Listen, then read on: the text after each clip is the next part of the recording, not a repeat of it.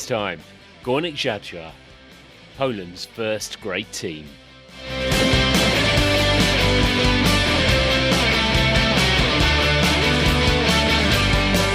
it's no, nay, never.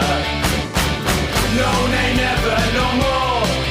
'Cause I'll stay a wild rover forever and more. And it's no, nay, never. No, nay, never, no more. 'Cause I'll stay a wild rover forever and more.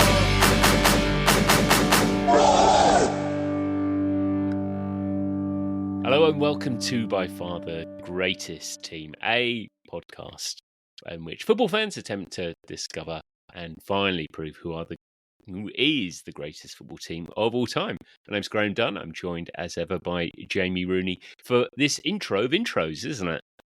It really is the intro of intros because we've already done this once, and because we spent so much time on Górnik Zabrze and also Poland with our fantastic guest Pawel, we decided to split them into two because we didn't want to leave too much out and have a crazy long podcast. So yeah, this is the re-intro of the intro, I think. Absolutely, yes. Just like buses, you wait all that time for a Polish team to come to be on the podcast, and two come along all at once. So we have a double header split over 2 weeks. Next week, we will be doing the Poland World Cup 1974 team with some very familiar faces on that one, which is a classic. Not least, we touched upon Tomaszewski, the clown goalkeeper, as Brian Clough called him. This is a great one. I do urge you to give this one a listen because if you don't know anything about Górnik Zabrze, as evident from my pronunciation, which is quite spectacular over this coming podcast, it is an absolutely amazing story, isn't it? It's a fantastic story, and it involves a coin toss, and the coin toss is amazing. But not only that, we get a good sense of history and how communism was shaping the Polish Football League, whereby being a minor was the place to be if you wanted to play for the best football team in the league. A brilliant insight, yeah, and one I'm very much looking forward to listening to again. So, without any more ado, it's over to me, I think. Hello and welcome to By Far the Greatest Team, a podcast in which football fans attempt to achieve the impossible act, to work out just who is the greatest team of all time. My name's Dunn. As ever, I'll be campaigning for Oxford United at all times. And joining me as ever is Jamie Rooney. Hi, Jamie. Graham, good to be back with you once again. Really looking forward to this one. I think we've got an amazing guest with us to talk about Polish football and the golden period, and I think it's going to be a good one. Yeah, very much looking forward to it. I mean, I have to apologise in advance for the pronunciation of both myself and Jamie, but me in particular. I mean, I struggle with English names, let alone any other names. So we will be a bit all over the place in this one. But fortunately, as Jamie says, we are joined by someone who understands Polish football far better than us. Joining us, it's Pawel Maszczyk. That's correct. That's good. I think you're being polite there. That's very good. Pawel I can do because, of course, of Pawel Czernyszek. That's a name I know quite well. Although was he Czech? Yes. Yes, which isn't quite the same. So Pawel, you are actually a Man United fan, aren't you? In Polish football, I follow the team that we're going to be talking about, Górnik Zabrze. And just because during the golden times, my dad followed them. So speaking to my dad, I kind of got into the team. And although I was born in Warsaw and there was Legia Warsaw around the corner, I followed Górnik Zabrze from south of Poland, just like my dad. And in England, I follow Man United, not because I'm a glory hunter, but because in the 80s, when my granddad's brother, who lived in Rochdale, came over to Poland to visit, he would be telling us about Man United. So I was listening to his stories, and when I came to study in England, I looked up, well, even in Poland, like reading the newspapers, there was no match of the day, nothing else. You couldn't watch it. You couldn't listen to the radio. You could just see the scores in the newspaper. So I would look them up in the newspapers, and when I came over, obviously. It could have been so different if he'd come back and actually talked about Rochdale. You could have ended up as a huge Rochdale fan and making treks to Spotland Park, I think it is. Yes, that would have been completely different. Exactly. Although I would probably struggle to find Rochdale in a Polish newspaper because it didn't go lower than the first division. I'm not sure there's a huge amount of coverage of Rochdale outside of Greater Manchester, let alone outside of England. So first up, we have Górnik Zabrze, which is my attempted pronunciation. I'm not sure it's how brilliant it is. Now, this is a truly incredible story, actually. I have to say, it's not a team I've been particularly familiar with. And when you look at the record and the achievement, there's this.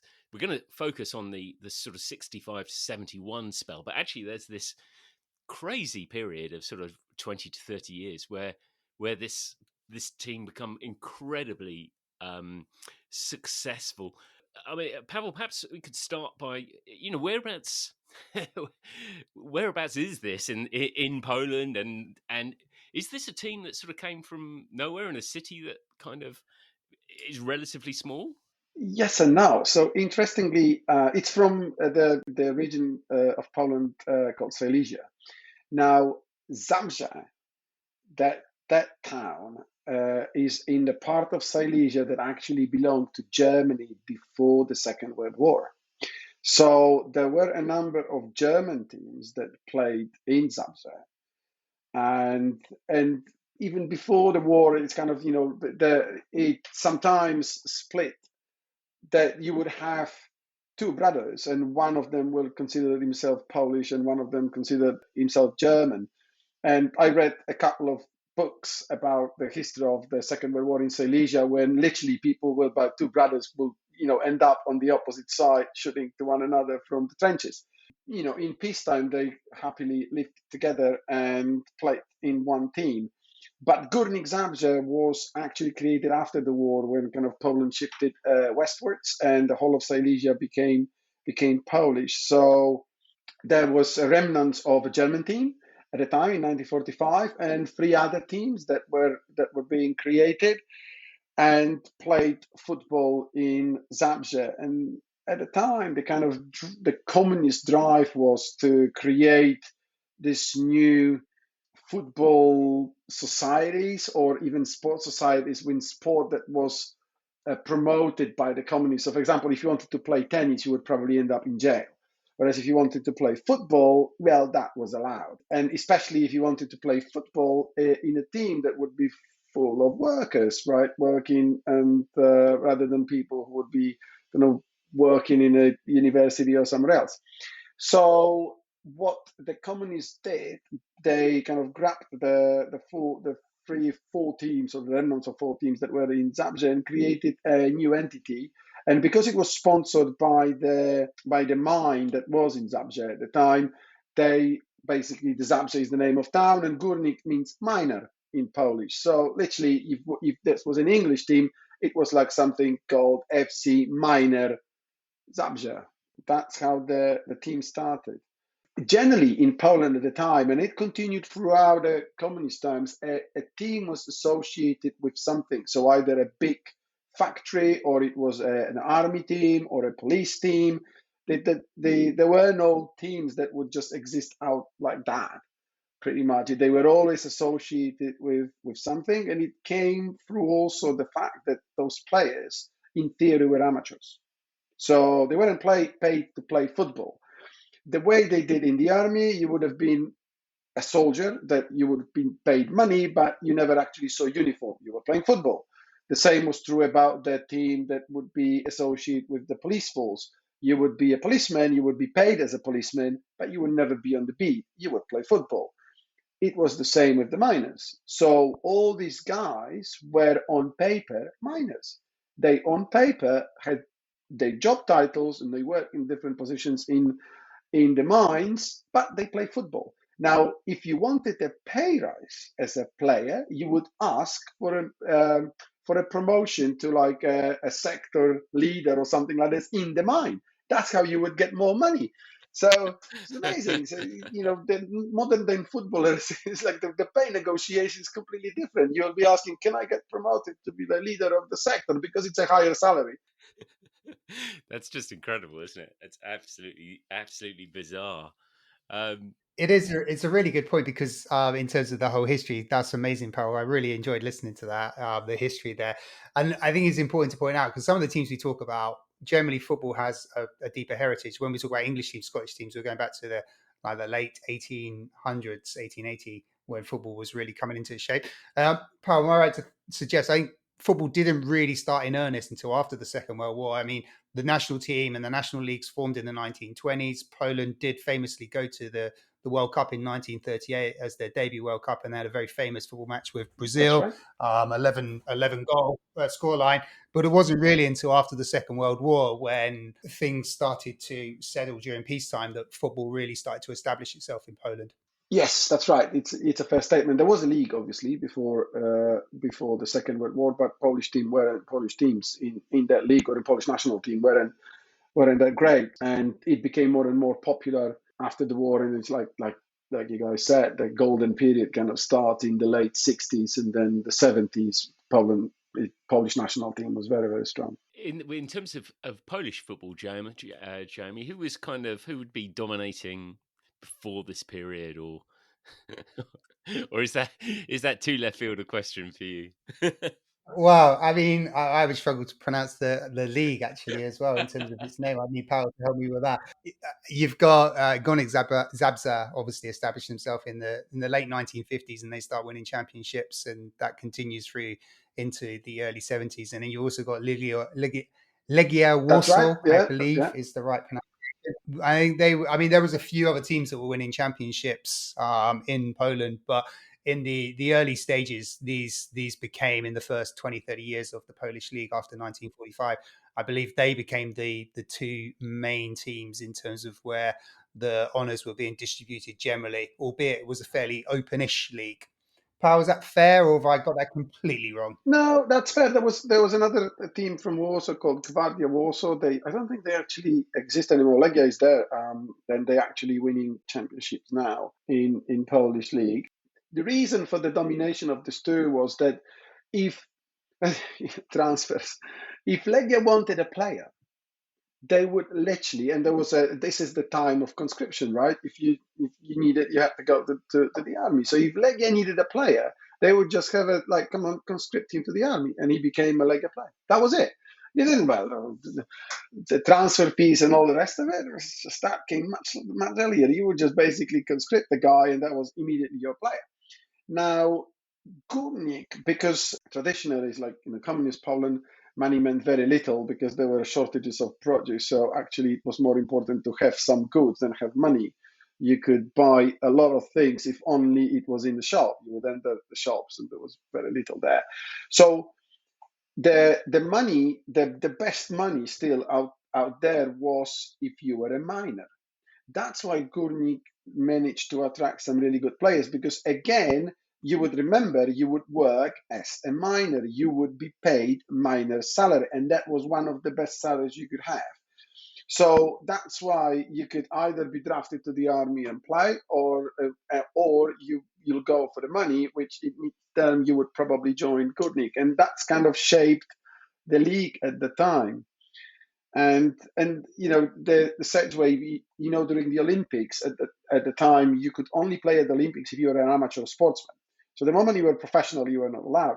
That's why any footballer playing in any of the Western leagues could not play in the Olympics. But anybody playing in the socialist states, the communist states, could, because they were on paper absolute amateurs. So here we go, a team of miners, policemen, and army officers is going to take a team equally with exactly the same professions from, say, Czech Republic or Czechoslovakia at the time, or Hungary, or Soviet Union, and so on. And that's why the strongest team at the Olympics were actually those from the communist and socialist states, because they were all amateurs, at least on paper. So yeah, that's how they dominated the league, two of them. It's a good system, isn't it? I mean, there's always something behind the scenes which is kind of impacts the balance, and is why what some teams do better than others or have access to greater resources than others. But that is quite an extraordinary reason why I absolutely love it. This period of success really starts kicking. They get promoted, I think, to the top division in 1955. And from that period, you start to see a few titles kicking in. They win the championship, I think, in 57 for the first time. And then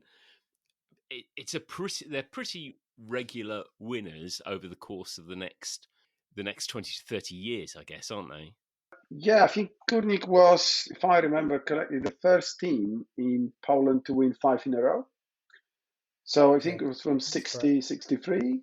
There was 5 titles in a row. And most of them, I can't remember exactly, but most of them were actually doubles. So it was cup and league double. And yeah, Poland didn't have or still doesn't have the league cup, I think.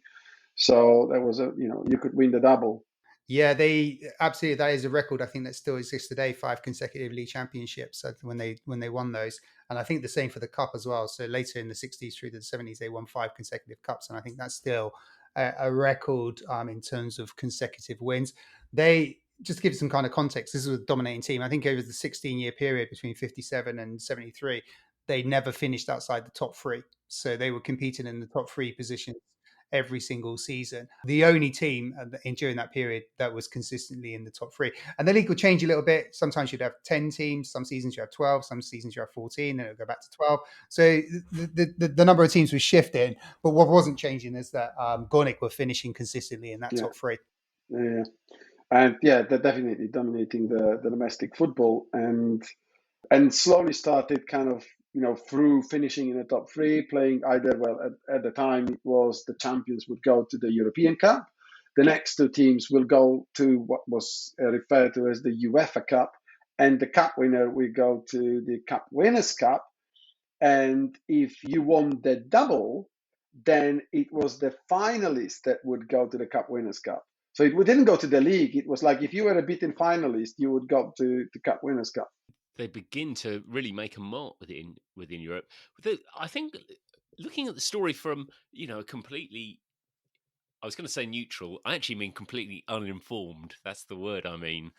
I am completely, coming completely new to it. The thing that is absolutely staggering is the number of managers and the rapid change of managers that seems to happen over this period. Despite winning every year, they do seem to change manager 2 or 3 times a year, and in fact, keep going back to the same people. Yes, because I guess at the time maybe the manager's position wasn't appreciated as much. It was also someone who, because all these other guys were kind of young and they would generally not get into trouble with the communist state. If you were a manager, you were older and you could have a certain vision of life, not necessarily aligning with the communist line. So one word out of order and you were gone. And in the early years, right before, when Stalin was still alive, and then even before he died, it took a couple of years for this to subside. You could go to jail in Poland, or you could lose your job. You could for literally little, like you could consider it nothing. That's the story from my granddad. He was in you would refer to it as a pub, but they were mainly drinking vodka there, and someone stood up and say, cheers to Tavaris Stalin. If you did not stand up and drink at that time, you would be arrested within 1 or 2 days. No question about that, because there will be a secret police guy inside the pub. They will watch, they will follow you, you will end up in jail. If you were at work, there was some sort of a meeting and someone said, now glory to Tavaris Stalin, and started clapping. If you were the first one to stop clapping, you would go to jail. So it was easy to fall foul with the communist state. I mean, it's a really terrifying situation. It feels like it's completely open to abuse as well. If you're in a position, if you're one of the class prefects, you're going to take advantage of that if you dislike someone, right? Yeah, that's right. Yeah. if you can, the false accusations and so on. But one of the guys, although there's also the completely different era as far as like kind of the behavior of people and kind of treating women. But one of the stories that happened on to the Górnik had a Hungarian manager who was very, very successful, and he was actually presiding over that run to the European Cup Winners' Cup final against Manchester City. And there was a story that they had a league game to play, and at this stage, the team coach, the coach that they hired, basically, they didn't have team coaches in the team colors. They just hired one from whatever the mine had. So the coach arrives, picks up the team, and the question is, where is the manager? Because he should be in a club. He's not. So they said, right, okay, as you do, we're going to swing by his house and just pick him up, right? So it's completely, when you think about what's happening now and in the olden days. So they drive to his house and they park the coach on his house. And the way the coach was parked is kind of like where the balcony of the house was. Then the team, we can call him a team director, leaves the coach and goes to knock at the door. So he knocks at the door and says, what's going on? And the guy says, I'm totally ill. I just can't make it. At the same time, on the balcony of the house, a young lady shows up. Now, the team director doesn't know because he's on the back, knocking on the door and talking without opening to the guy, says, look, I can't do it. I'm totally ill. Whereas all the players on the coach can actually see the lady and waving to her and all the rest of it. Then the team director comes back 30 seconds later saying, the manager is really, really ill. I mean, we need to do it without him. And everyone burst into laughter. Soon after, that guy was gone. And that was in the middle of an extremely successful run. And there are still discussions whether had he stayed, Górnik would have been potentially able to beat Manchester City in the final, right? But Dunn forces Adam and Eve. A lot of the teams we look at in this, where the coach and the manager feels like the architect of a side, it's a bit harder to pin that. But what is clear is that there are some sort of star players within this side, and a couple of really kind of pretty legendary goal scorers. Obviously begin with Ernest Pohl, who had a ridiculously impressive record, and then they have. Well, am I going to pronounce him, or are you going to pronounce him, Jamie? I'm going to say his surname, which is Lubansky, I think, yes. And I think it's Vladimiris Lubansky. That's my attempt. Vladimiris Lubansky. Thank you. Yeah, I mean, this guy's a legend, an absolute legend, and definitely he's definitely known outside the boundaries of just Poland. It kind of ties into some of the time of the period, really. You're talking about power, where under the rule of communism, I think there was a rule in place as well at a time for, I don't know if it was just applying to professional sportsmen or not professional sportsmen, if you know what I mean, but they couldn't move to another country to play for a team that may have been attracting them until they were 30 years old. And I think that rule in place probably limited some of these careers, so it stopped preventing players from potentially going off and playing for Real Madrid and those teams at the time. And I think Lubansky would definitely be one of those players that would have been an attraction beyond the boundaries of Poland. Yes, well, Lubansky, in his autobiography in a book, he actually wrote that he had an offer from Real Madrid. He went to play some exhibition game. And it was like the best Latin American 11 versus the best European 11. And he played in that game, and he played in attack with two other Real Madrid players. And the understanding between them was amazing. And apparently the Real Madrid manager came over and says, that's it, I want you Real Madrid. And would you like to come? And he says, I'm going to walk to Madrid. And but unfortunately, at that time, you didn't have a passport. In order to have a passport, you have to have the Communist Party. So he says, I'm really sorry, but you've got no passport. You're going nowhere. And you needed a special permission. So Lubansky didn't manage to go and play abroad until the twilight of his career. And he ended up in Lokeren in Belgium. You say, wow, Lokeren, what is that?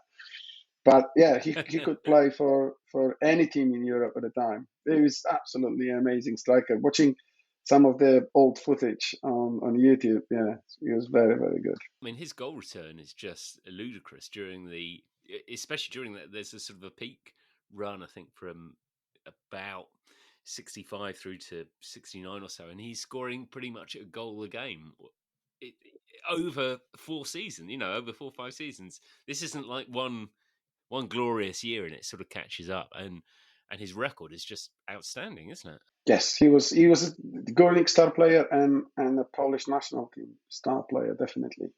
Unfortunately, he never played at the World Cup because he got injured, and he had a very serious injury in 1973. So Poland, Wales, and England ended up in one qualifying group for the 1974 World Cup. And during the game in Poland, that Poland won 2-0 against England, he scored the first goal. He was actually running circles around the England defenders, and then there was a kind of like a late tackle by McFarland. I think he used to play for Derby. Mm-hmm.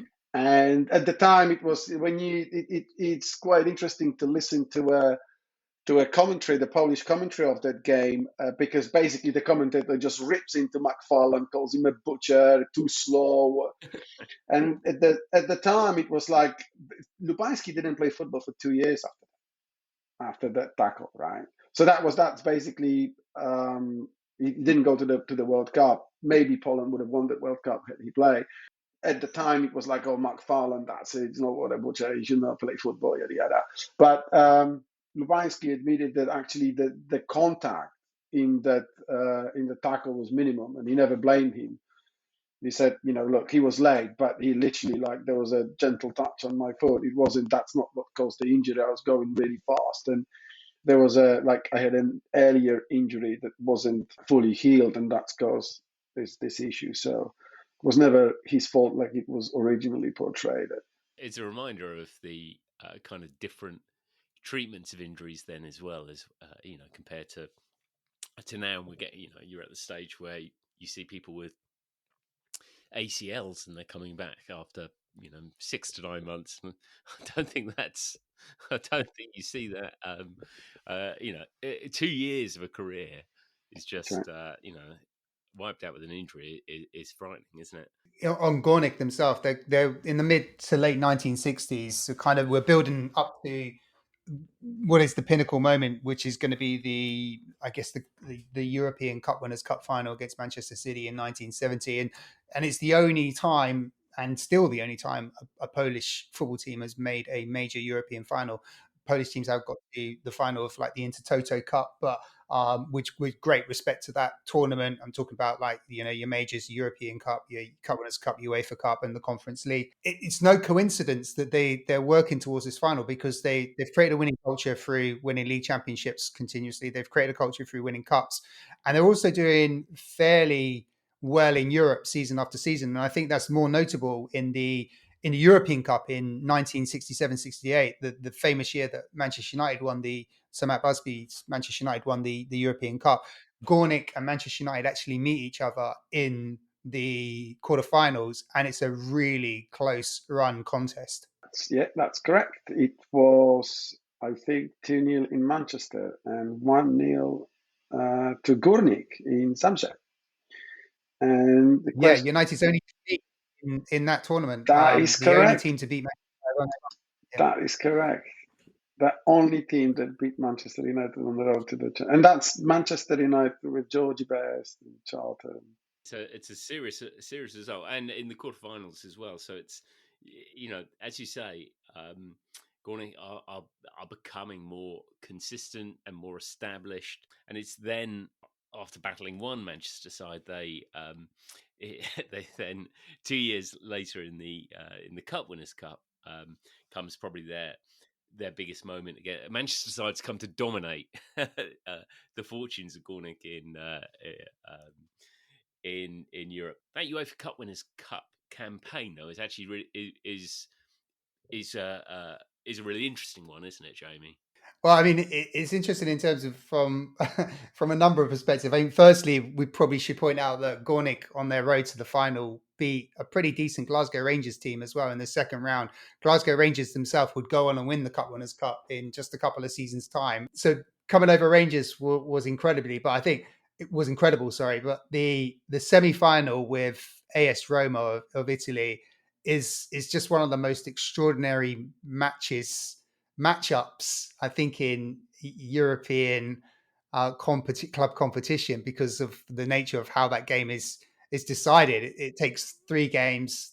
They still don't have a winner. And then you've got this old-fashioned, incredible way of deciding the winner.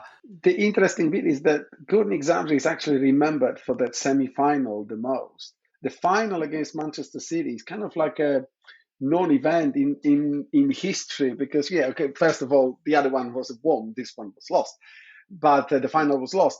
But also because that was the game that changed history of football. That game against Roma changed history of football. Because what happened was, at the time, there was no penalties. There was extra time, but there was no penalties. And there was no away goals either. So kind of we came back to this because there was a long history of away goal rules. And now we're playing without away goal rules in European competitions again. But at the time, what would happen if you won 1-0 and you lost 1-0, then you would play extra time. But once this extra time, so the first leg you won 1-0, second leg you lost 1-0, you will play extra time. If there was no winner after the extra time, you would play a third game at a neutral venue. That third game at a neutral venue, in case it was a draw, it would go to the extra time, and there is no winner after extra time. They would toss a coin. And whoever won the toss would progress through.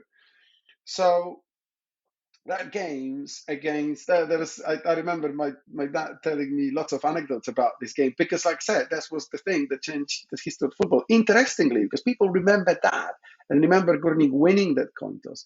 Górnik was on the receiving end of losing a coin toss several years before. They actually played against the Czech team from Prague. It was Dukla Prague.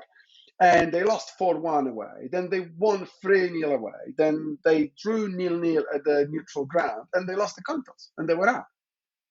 So talking about things evening out of the course of your life, right? Because then comes...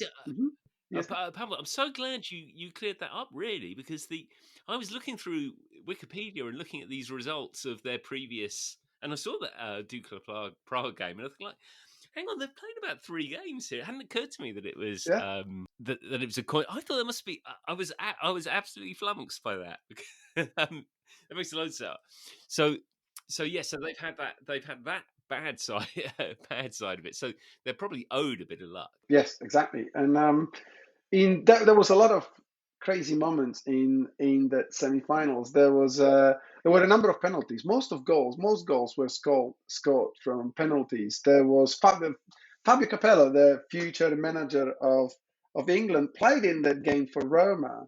He scored the penalty. It was a rebound, so it was the penalty was saved, but he managed to score a rebound. I think it was 1-1 and 2-2 in 1-1 in Rome, and then it was a 2-2 in Zabrze, and Górnik equalized at the end, basically at the death. There was a penalty given. Lubański scored literally last minute, so it was scored a draw, miss, and Roma are through. Then Lubański scored in extra time. Górnik they think we're through, and then there is another penalty, and Capello buries it, and that's the end of the second leg, extra time, and it's 2-2. And the last game, the third game, on the neutral ground, is played in Strasbourg, in France. Before that game, and this is like gamesmanship to the umpteenth degree. So what happens? Both teams stay in the same hotel, and well, there is not that much money around swashing back around football, so there is only one coach. So they decide that the Italians will go to the stadium first. So the coach picks up the Italians. They go to the stadium. The team gets off the coach. Then the Italian manager tells the driver never to come back to pick up the Polish team. So that's it. You just go somewhere else. So that's it. That's how you win the deciding leg of the European semi-final. You just make sure that the opposition never gets there. So what happened when the Polish team is waiting for the coach, there was lots of Polish people living in France at the time, but it was like the old immigration from before the Second World War, pretty much as many as maybe Poles living in England now. So they're around the hotel, they're around the players, they're chatting to them, they realize there is no coach. So what happens, these guys take their private cars and deliver the team to the stadium. So it took like several private cars to take all those players. Can you imagine this? That we basically wait for the coach in the team hotel and they're not there. And they say, well, Jamie, can you come over in your Mini and take Bruno and Onana and Martinez because we need to go and play. Absolutely amazing. But that's how the team got to the stadium, to actually be able to play in that game. Another thing that kind of my dad was saying, that at the time the referees that refereed Górnik's games at the time were pretty biased, because whenever they were from another communist country, there was a bit of an animosity, so they would be anti-Górnik. During that game in Strasbourg, the light was getting the headlights at the stadium would just go off several times. It was a complete blackness. Yes, that was when Capello did that penalty with the rebound, and then there was at the end of the extra time there was a coin toss. Now the coin toss wasn't actually a coin; it was just a plastic little token that had green on one side and red on another. And until today, and I tried to, there are conflicting reports like what color was actually the Polish team. Some people say it was actually green, it was actually red. But if you look at what happened on the pitch, that's another thing that's like never happens now. You've got commentators, they've got the best view, they've got the camera angles also, they will be able to tell you first. Whereas the Polish commentator commentating that game was sitting some behind, didn't know anything. There was like a posse of people around the referee, and he commentated based on the reaction of the players. So you're saying, oh yeah, there is the call, we're waiting, and then you could see that it's like a pause. You can see the Polish player's arms in the air, and he says, "It's Polish, it's Górnik." Oh yeah, it's like through. Amazing stuff. The commentator thing is brilliant. In my head right now, I'm just kind of thinking Martin Tyler, Górnik, Roma, the coin toss, and it's live. That's right. It's much more exciting than the coin toss they do before the cricket, which is about as much tension as you can get with sporting coin toss now, I think. Jamie, are there many games being decided by coin toss? Yeah, we already know that it's a previous Górnik. That was the last one. That's why Górnik changed the history of that game, changed the history of football. There was no more coin toss. The next season, it was away goals and penalties. Yeah, penalty kicks is introduced in the 70-71 season. They kind of just missed the 70 World Cup. But yeah, Graham, it was commonplace for drawing lots or tossing a coin was quite common. Roma themselves had qualified from a previous round in this very season from a coin toss themselves. So they had progressed to the semi-final by using a coin toss. Italy in 1968, the European Championships, which we've talked about, where the great Czechoslovakia team that won it in 76. In the 68 version, Russia and Italy have to play off in a semi-final. It's a draw. The only way to decide it is a coin toss. Italy win the coin toss and go on to the final and win the whole thing. It was a common factor. I mean, we've always known since the history of football that a draw is a perfectly legitimate and possible result. Yet in cup competitions until 1970-71, the football bodies hadn't thought of a suitable solution to decide it other than the referee taking a coin out. Although in some occasions, the referee just didn't want the responsibility. There are some occasions where the referee's like, I'm not doing it. So they have to get like an official, or they get a young boy who's like related to one of the officials to do a coin toss. There are a lot of stories in football with coin toss related. I had seen there was a Liverpool Cologne game, wasn't there, where they which ended up 0-0, and they did a coin toss, and that's the one where they have to toss again because the coin kind of doesn't land properly. It lands on an angle. I mean, we think VAR is controversial. We think that over the sideline. Imagine that. That's not. Look, draw the line. Is that fully at a 45 degree angle? It's a bit like at Christmas time when you're playing games with your family and you're playing dice-based games and you roll the dice and you need a 6 and it lands on the angle where the 1 and the 6 is showing and you're like, that's a 6, that's definitely a 6. Yes, that's right. A clear legacy achievement there. The legacy of winning the cup. They do. Górnik obviously reached the final. They play Manchester City. They play. It's Francis Lee actually scores. Is among the goal scorers for City that day. And as you say, Pavel, I guess that game is possibly a bit forgotten after the That's right. drama of the coin toss. That's right. Then, but that game, Manchester City was a better team. They were 2-0 up at half time. There was a consolation. Well, it could have changed the game, but the Górnik got them 2-1. That's how the game finished. Some people were talking about the massive amount of money that was on offer. Well, massive amount. It was probably about £3,000 per each for Manchester City to win. Górnik were off about $300, so there was a difference, and they probably felt already that playing in a final was already like an achievement in itself. So all these factors probably contributed to the fact that it was a bit of a non-event for Górnik. It was played in horrendous conditions as well. I mean, it's an absolute rain-sodden pitch, and you can, when you watch the footage back, and it's all in black and white, and obviously the cloud of rain just makes it even harder to watch. But the ball is sticking on the pitch, and there's no protection for the fans. And I think only around about 7,000 turned up for the game as well. It was in the former Yugoslavia. So I think the conditions would have affected the playing style, because I think. As we'll go on and talk about the great international Polish team, I think what Poland was doing in terms of football, they had developed a passing style not too dissimilar to what the Dutch were doing. So I think when you've got a rain-soaked pitch, it's going to make the passing style a lot more difficult. And I think that may have been a contributing factor as well, which probably handed City a slight advantage. But that may be my bitter red coming through on that one. Yes, the generally when you play long balls and crosses into the box, that's going to favour the team. Then if you've got a boggy pitch, the air is the same, so it's not a problem. But that's right. The playing style of Górnik and the Polish team was very, very technical. There was lots of passes being exchanged and quick one-touch football, basically trying to progress the ball from defense to the attack, and also relying on like Lubański, Oślizło, Gorgon. They were very, very good dribblers, so they could basically beat people. So that's another thing that a better pitch allows you to dribble better. The pitch that is a bit boggy and uneven makes the bounce uneven, so it's difficult to play.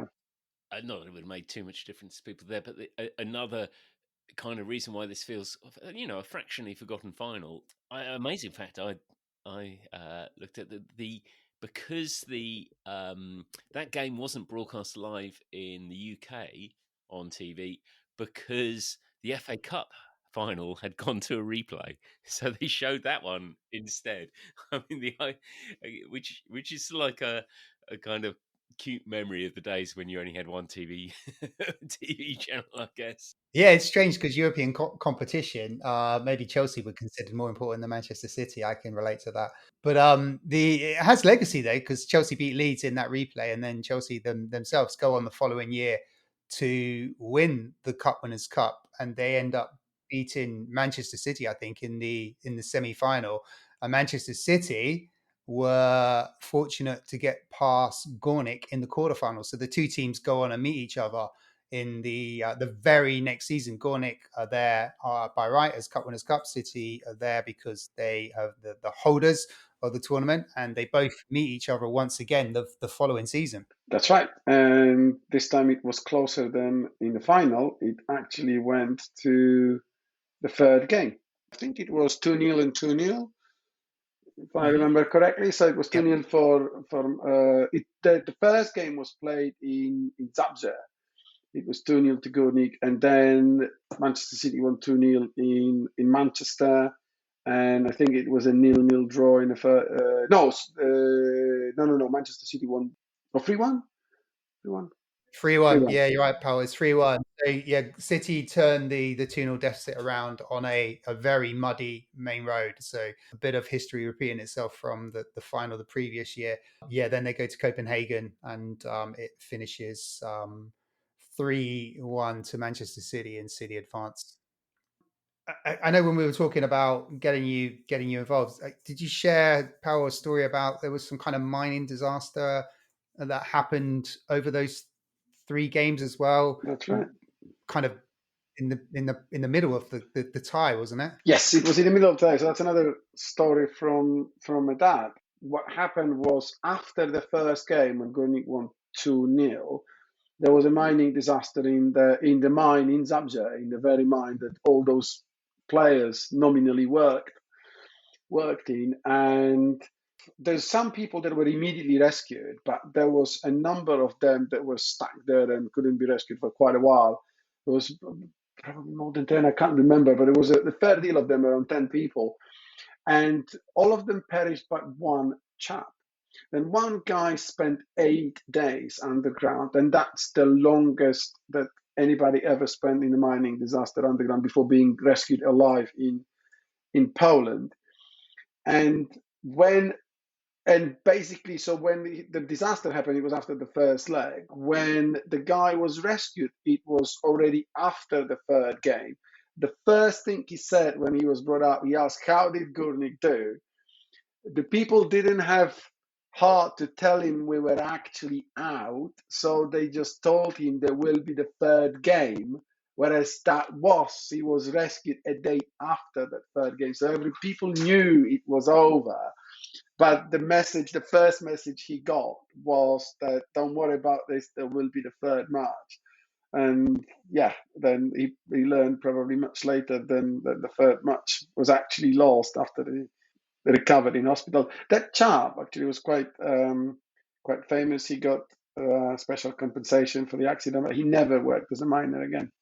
Obviously it's a tragic tale, but it just has that kind of wonderful bit of light of how football really does affect people's life and how we get wrapped up in football. That, you know, he's gone through that unimaginable trauma. You know, it's an absolute massive disaster, yet his mind is still on, okay, what did the football team do? How did the football team get on? It's kind of like, it just really kind of brings home the importance of this game that we all love. Górnik win the league title again the following season, 71-72, I think. But that's their last win for a period of time, isn't it? Then, and I guess things start to slip away a bit for them for at least a period of time.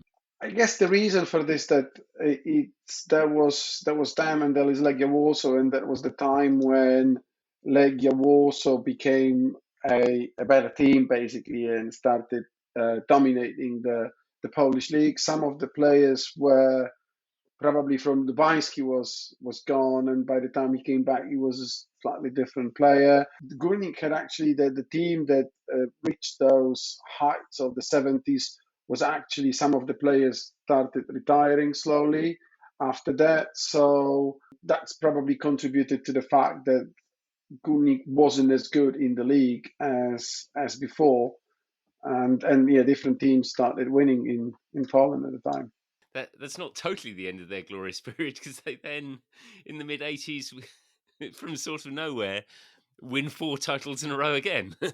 Yes, that's right. And that's kind of difficult because this is the time when I actually watched the team play, and it's difficult there was no like one thing. The story can be slightly compared to kind of the class of 92 from Manchester, because there was a lot of young players that came through the ranks at Górnik. It was just like a golden generation that showed up and they played for Górnik at the time. There were a couple of shrewd acquisitions, and yeah, there were 4 titles won in the 80s, but it was a team that at the time you could tell how football changed over the course, because the Górnik winning those titles, there were good runs in the European Cups for Widzew at the beginning of the 80s, but Górnik was winning kind of towards the end of the middle and the end of the 80s, and that team was not strong enough to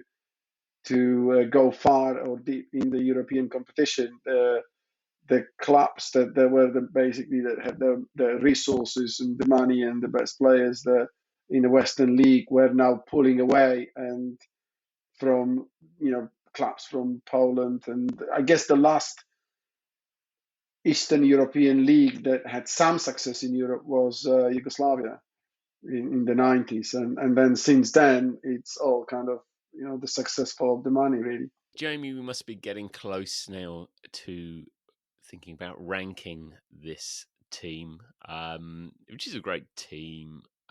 As a reminder, we have 5 different categories of greatness, from all-time greats at the top through to true greats, kind of middle-of-the-road category, touch of greatness, edge of greatness, and then our probably not so great category of blinkered greats. I think we should start with you, Jamie, if only as you understand the categories.